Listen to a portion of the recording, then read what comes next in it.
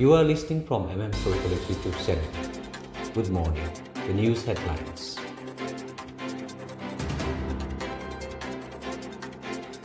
Phrased ethnic tensions ease after release of abducted civilians. Naga Students Federation condemns recent killings. Congress attacks government over continuing violence. Inquiry commission deadline extended again. Security concerns remain high in Hill District. Impact of violence continues across Manipur. Imphal Airport expansion work review. The news in detail. A major development today was the release of several abducted civilians from Kuki and Naga communities in Manipur. Reports say 28 to 31 hostages were freed after security and community-level interventions, helping reduce tension in affected districts including Kangpokpi and Senapati. The Naga Students Federation strongly condemned recent killings and kidnapping in Manipur. The organization said violence against civilians would not intimidate the Naga community and called for stronger protection measures. The Indian National Congress criticized both the state and central government, saying constitutional power were not properly used to control recurring violence in Manipur. Party leaders demanded urgent steps for peace and restoration. The Government of India has extended the deadline of commission investigating Manipur ethnic violence until November 2026. Officials said the extension is needed because of the complexity and scale of the conflict. Recent reports indicate that phrased clashes and abductions have increased insecurity in parts of the Hill District. Authorities continue deploying security forces in the sensitive areas to prevent escalation. Government figures released recently show that more than 58,000 people have been displaced since the violence began in 2023. Thousands of homes and religious buildings were damaged during the conflict. Chief Minister Yumnam Kemsan Singh recently reviewed the ongoing expansion of the terminal at BJP International Airport. The project aimed to prevent aviation infrastructure and passenger facilities in the state. Manipur football's ecosystem continues to suffer due to prolonged unrest. Clubs, local leagues, and young footballers have reportedly been affected by instability and migration of talent.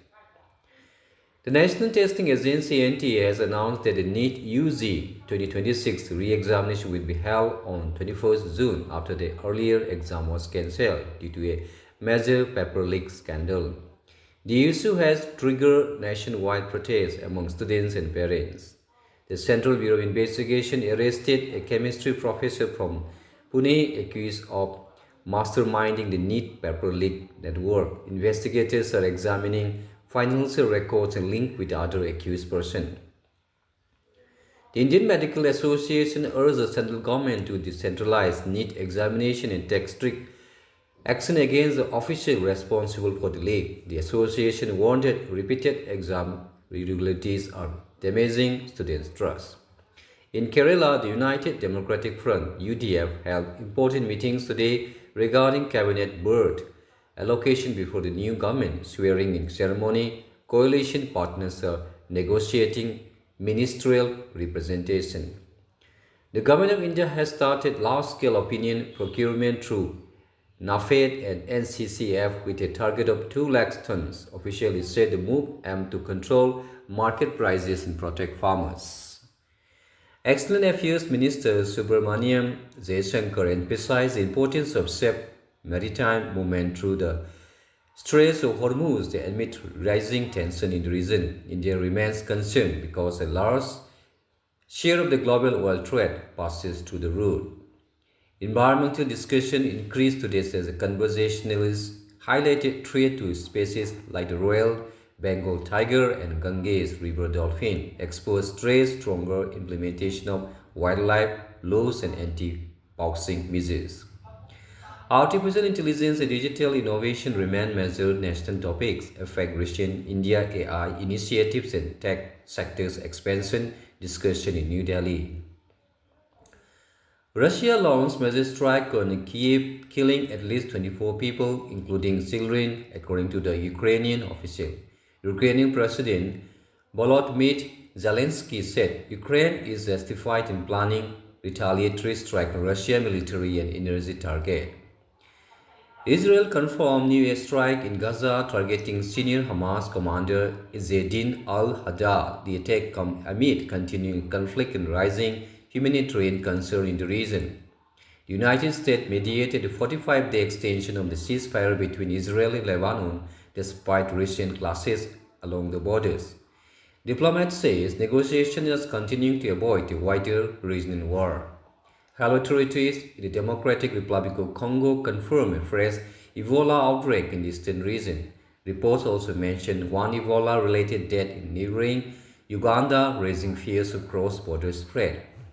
Britain Prime Minister Keir Starmer is facing growing political pressure after resignation within the Labour Party leadership. Analysts said his leadership is under serious challenge ahead of the future election.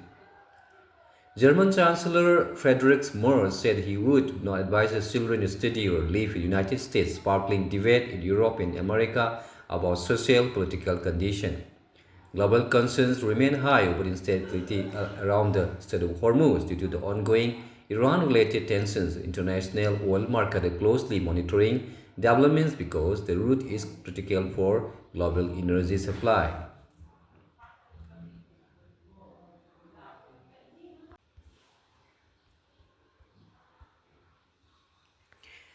The weekend sports focus include the FA Cup final between Manchester City and Chelsea FC, along with the US BGA Championship featuring leading golfers from around the world.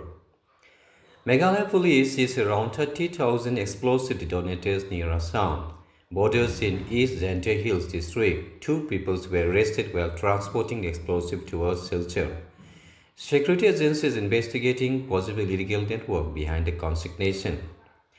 Heavy rain and thunderstorms continue affecting several northeastern regions. Report says thousands of homes were damaged in parts of Tripura and Mizoram due to severe storm, while flood-like conditions affected areas of Assam. Weather agencies warn of more rainfall in the region. The cabinet of Arunachal Pradesh approved new anti-paper leak rules and inner line permit (ILP) reform. The state government said the measures are aimed at improving transparency in recruitment and administration. Fresh concern emerged over the Lafangate border issue between Meghalaya and Assam. Meghalaya leaders are seeking renewed talks to reduce tension in disputed border area. Mizoram achieved the highest CBSE Class 12 pass percentage in Northeast India with 94.494% according to the education report. Several northeastern states performed above the national average. Violence-related tension remained high parts of Manipur, especially Kangpokpi and Noni district, following recent militant attack and civilian killings. Authorities continue deploying security forces in sensitive areas. Chief Minister Manik Saha announced plans for a new medical college and eye hospital in Tripura after the state reportedly reduced outside referral cases by nearly 80%. The central government expanded the Brahmaputra High Power Review Board by adding representatives from Sikkim and West Bengal. Officials said the move will strengthen regional river management coordination. The new Northeast Premier League is preparing for its inaugural session later this year. The league will feature clubs from all 8 northeastern states and aim to boost regional football development. That is the end of the morning news. Have a nice day.